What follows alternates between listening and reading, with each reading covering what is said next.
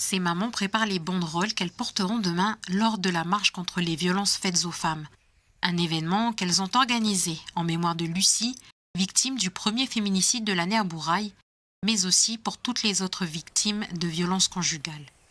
Diana, c'est ma nièce, Diana Ndanguigny, celle qui a été tuée à Wengwa. Son ami, qui l'avait abattu d'un coup de fusil derrière la tête. J'ai organisé sa marche, la marche en sa mémoire, 2 mois après son assassinat. Et pour ma famille, c'était difficile, mais on est quand même arrivé à le faire. Cette marche dans le village de Wegwa, où est originaire son meurtrier. Et 8 mois après, c'est Lucie.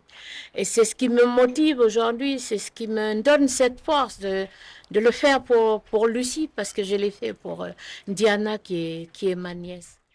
Au niveau national, la Nouvelle-Calédonie est l'un des territoires le plus touchés par les violences conjugales. Chaque année, plus de 8000 Calédoniennes en subissent. Une marche pour réveiller les consciences et alerter les pouvoirs publics sur ce fléau bien ancré au pays, dans l'espoir de faire bouger les choses, d'aller plus loin dans la prévention et d'améliorer la prise en charge et le suivi des victimes et des familles. Après la mort de Diana, j'ai vu l'abandon, je veux dire, notre famille n'a pas été suivie. Les enfants de Diana, ils sont 3, n'ont pas été suivis. Ses sœurs, ses neveux, ses nièces. J'ai vu aussi pour Lucie, la famille de Lucie, que j'ai visité 2 fois. Tu sens là le désespoir. On se sent abandonné. On va être là samedi 27, mais on va être là après. Voilà, on va être là après. Parce que c'est pas le coût de la marche qui va faire les choses.